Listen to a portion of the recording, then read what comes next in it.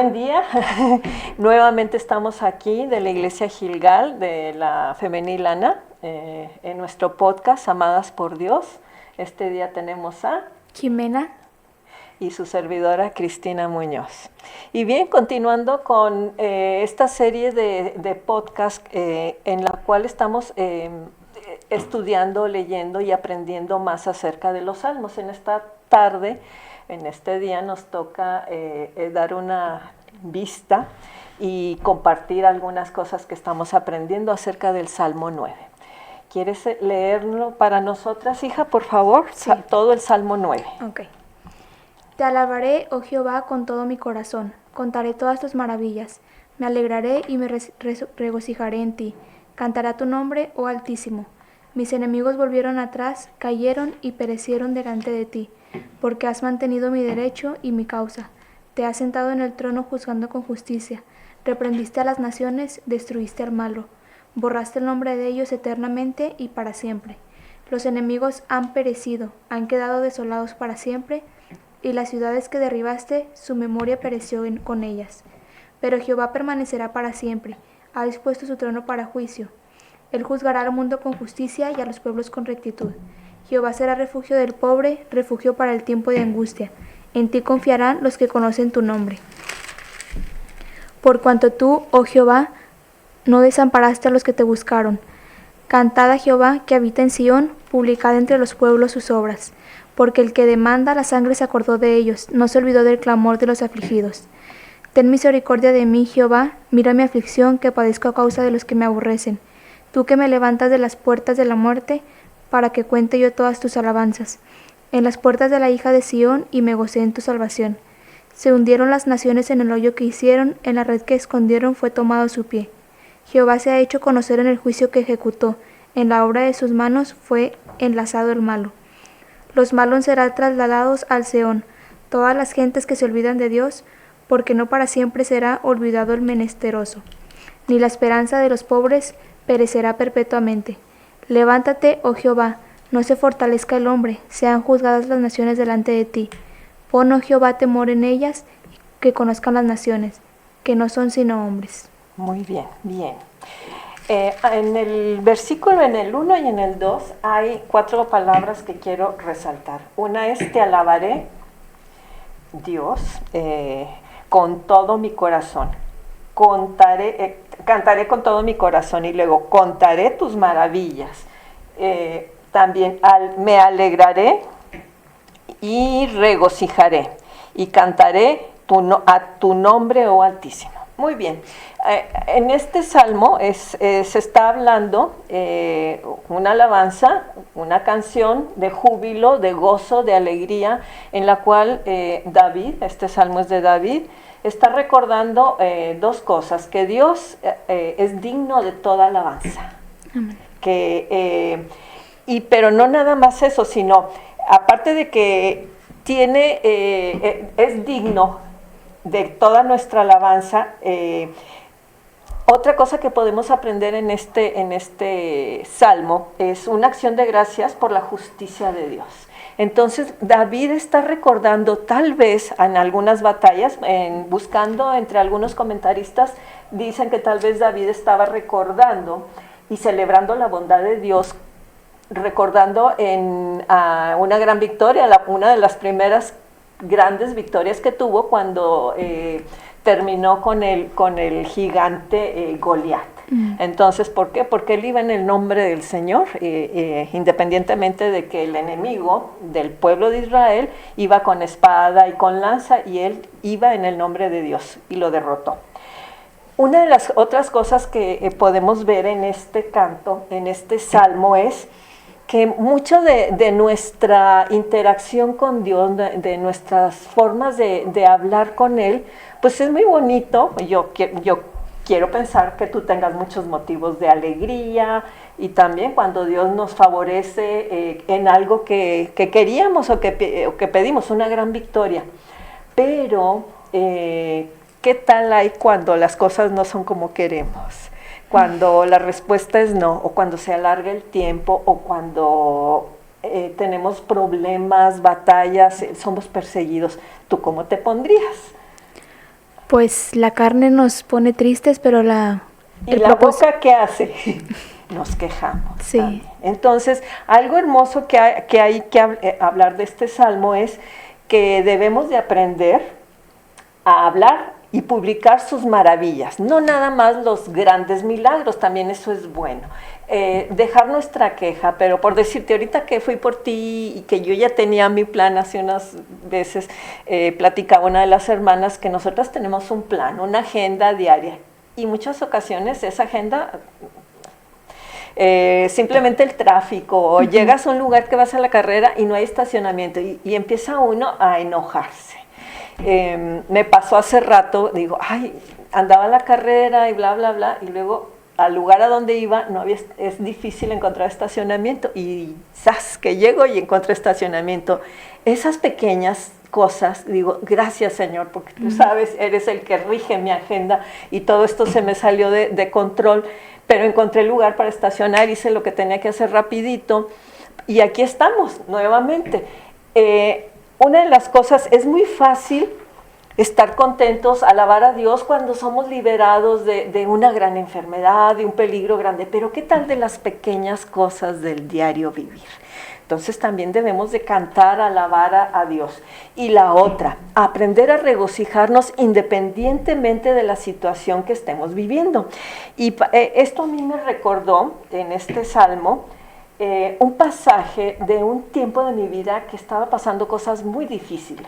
Y está en Habacuc 3:17. ¿Nos lo puedes leer, Jimena, por favor? Sí. También lee el 18, aunque luego volvamos a ver. Okay. Habacuc 3:17 y 18. Dice, aunque la higuera no florezca, ni en las vides haya frutos, aunque falte el producto del olivo, y los labrados no den mantenimiento, y las ovejas sean quitadas de la majada, y no haya vacas en los corrales, con todo yo me alegraré en Jehová, y me gozaré en el Dios de mi salvación. Ok. Dice en Filipenses 4:4, dice Pablo, es cuando él estaba preso, y obviamente por asuntos, él no era por desobediente, ni por rebelde, ni porque hubiera hecho algo malo, sino porque por amor a Dios y por llevar el evangelio a otros. Entonces estaba él encarcelado, pensando o recordando o sabiendo que en poco tiempo él iba a ser ejecutado. Y nos dice en Filipenses 4:4, regocijaos en el Señor siempre. Y luego vuelve a repetir, otra vez os digo, regocijaos. En este mundo hoy en día se nos enseña que si las cosas estamos bien, tenemos todo lo que queremos, eso nos va a hacer sentir felices. Y la palabra de Dios nos enseña todo lo contrario. Nos dice, por ejemplo, en Habacuc, si uno lee todo el libro, primero es anunciado juicio al pueblo en el cual estaba Habacuc. Y él iba a pasar por parte de ese juicio sin que él hubiera hecho nada malo. Pablo también, y aún así él toma una decisión y lo que podemos pensar o aprender de este salmo es que aún en los tiempos difíciles tenemos la opción de elegir. Dios siempre nos da la oportunidad de elegir.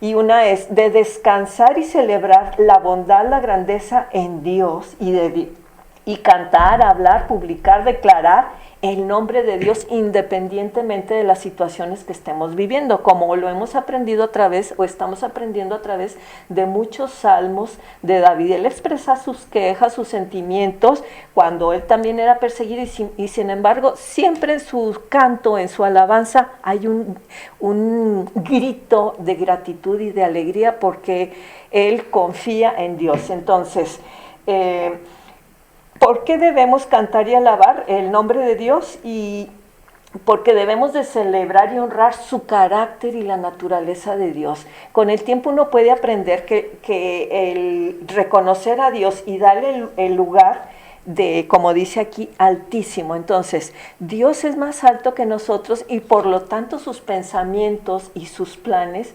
tienen un propósito independientemente de que no lo entendamos. Vemos en Génesis 14, 19 y 20 que por primera vez cuando Abraham viene de la guerra y rescata a Lot, se encuentra con Melquisedec y en este punto dice, y le bendijo diciendo, bendito sea Abraham del Dios Altísimo, creador de los cielos y de la tierra, y bendito sea Dios Altísimo que entregó a tus enemigos en tu mano. Y le dio a Abraham a los diezmos de todo. En este tiempo Abraham estaba reconociendo, y es algo que nosotros debemos de aprender, sobre todo en este mundo que está tan lleno de ideologías, que Dios está por encima de todos y cada uno de nosotros. Bien. Nos dice todavía aquí del 3 al 5, dice, porque has mantenido mi derecho, te has sentado en el trono juzgando con justicia y reprendiste a las naciones. Para simplificar esto, aquí se nos especifica el por qué Dios derrota a sus enemigos. Dios es quien actúa y defiende a los suyos. Y esto lo está recordando y reconociendo David. Y ciertamente nosotros, aunque no veamos o no pensemos, tenemos enemigos, pero uno de los más grandes, y lo sabemos, es Satanás. Y en este mundo y todas las corrientes que hay, nos puede intimidar o perseguir, o podemos ser perseguidos, pero es Dios quien va a actuar y defiende a los suyos. En este caso, tú y yo hemos entregado nuestra vida a Dios, a Cristo, y estamos en sus manos, entonces Él va a actuar conforme a su justicia para defender las causas o en aquellos puntos en los cuales hayamos sufrido pérdidas o alguna dificultad. Y no es porque seamos mejor que otros, sino porque Él defiende nuestras causas, que son sus causas. Dios juzga a los impíos y va a ejecutar tarde o temprano un juicio, y esto nos lo está enseñando este salmo. Y luego en el versículo del 6 al 8 nos enseña, mediante una visión futura de eventos, como que ya se cumplieron estas situaciones, asegurando con la total seguridad de su fiel cumplimiento que Dios va a cumplir lo que nos ha prometido a nosotros. Y de hecho, una de las cosas que ya ha prometido, acabamos de pasar Semana Santa, y hay una victoria de Cristo en la cruz, muriendo y resucitando para nuestra causa. David declara, en estos tiempos que todo el mundo declara, lo único que podemos aprender a declarar es la palabra, pero declararnos a nosotros mismos, al dirigirse o hablar de sus enemigos, cualquiera que sea, o el problema que tengamos en nuestra vida, sea el problema que tengamos, van a venir definitivamente. Tú los has tenido, me imagino. Dificultades a veces entre las familias, cuando uno decide tomar una postura cada vez más firme con respecto a las cosas de Dios, y vamos a tener oposición, o que nos miren mal, o simplemente que nos declaren casi la guerra en problemas. Pero Dios se compromete, y David nos está asegurando que al hablar de sus enemigos y de cualquier plan que tenga cualquier persona que esté en oposición a nosotros en el trabajo, en lo que sea, de nuestro enemigo mayor, que es Satanás, que independientemente de sus maquinaciones y planes para destruirnos o para entorpecernos, o de su obra destructora, ellos van a fracasar. ¿Por qué? Porque Dios mismo es quien hace o hará fracasar o destruirá las obras de las manos de estas personas, y Dios juzgará a nuestros enemigos, empezando por Satanás. Él ya está juzgado, porque en principio no son nuestros enemigos, se oponen a Dios. Entonces, toda oposición contra Dios será aplastada. Por lo tanto, los enemigos nuestros son primero enemigos de Dios antes que de nosotros. Y como dije, y están en oposición a Dios. En 2 de Tesalonicenses 2:4, Jimena, ¿nos la quieres leer, por favor? Sí. Dice, el cual se opone y se levanta contra todo lo que se llama Dios o es objeto de culto, tanto que se sienta en el templo de Dios como Dios, haciéndose pasar por Dios. Leemos en Apocalipsis, no vamos a entrar, y se nos ha dicho que tarde o temprano se va a instaurar un gobierno. Satanás a veces está detrás de muchos gobiernos de nuestro mundo, de nuestros países, y se ostentan y se sienten, ya lo hemos hablado, que muchos de estos gobiernos se olvidan de Dios, o que creen que ellos llegaron ahí por sí mismos, por su causa. No sabemos, o sí sabemos.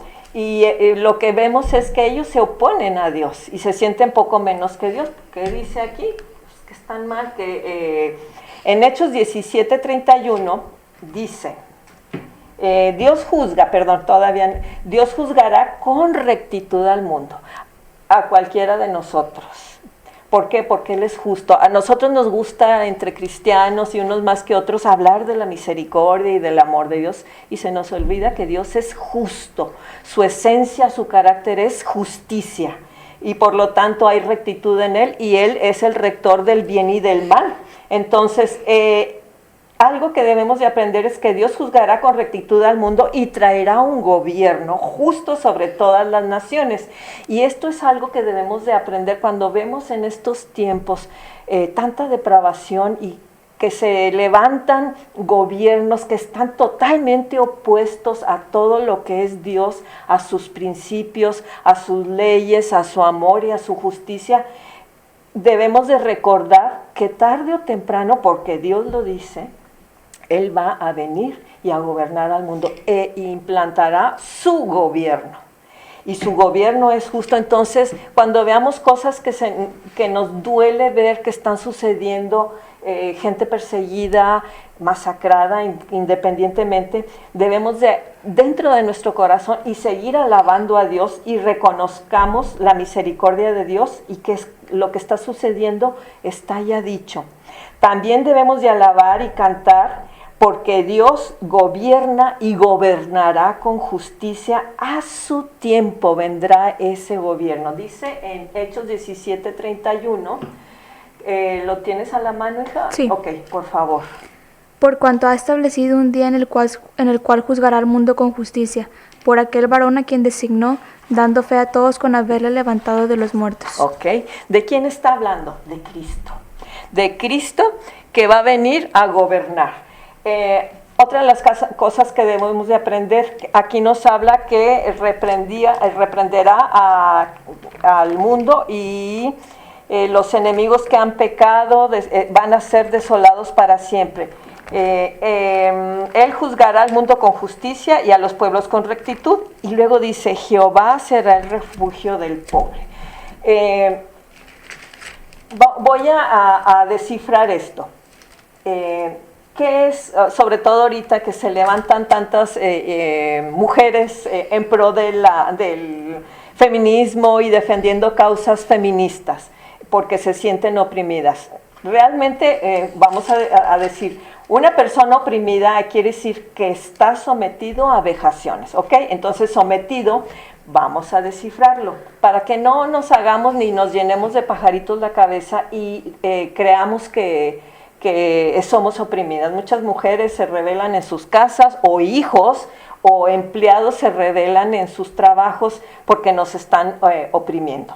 Una persona sometida es una persona sin poder de decisión, alguien que tiene una mayor jerarquía y en la mayoría de los casos soportar comportamientos realmente abusivos. No hemos llegado a eso en ningún trabajo todavía.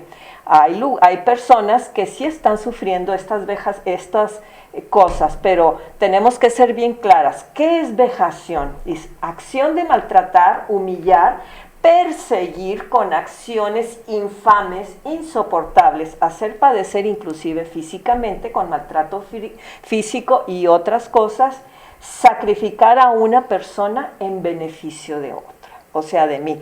¿Cuántas cosas vemos hoy en día? Gente que por dinero sacrifica muchas cosas.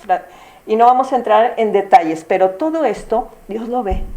Y nos está hablando este salmo que Dios traerá justicia. A algún momento Dios, nos dice David que está alabando a Dios porque más que recordar que Dios juzga o va a juzgar a los impíos, Dios también tiene un lugar para todos aquellos que hemos padecido persecución. Entonces nos vamos a detener en este pedacito y vamos a analizar la segunda parte de lo que es el juicio de Dios. Nos vemos hasta la próxima.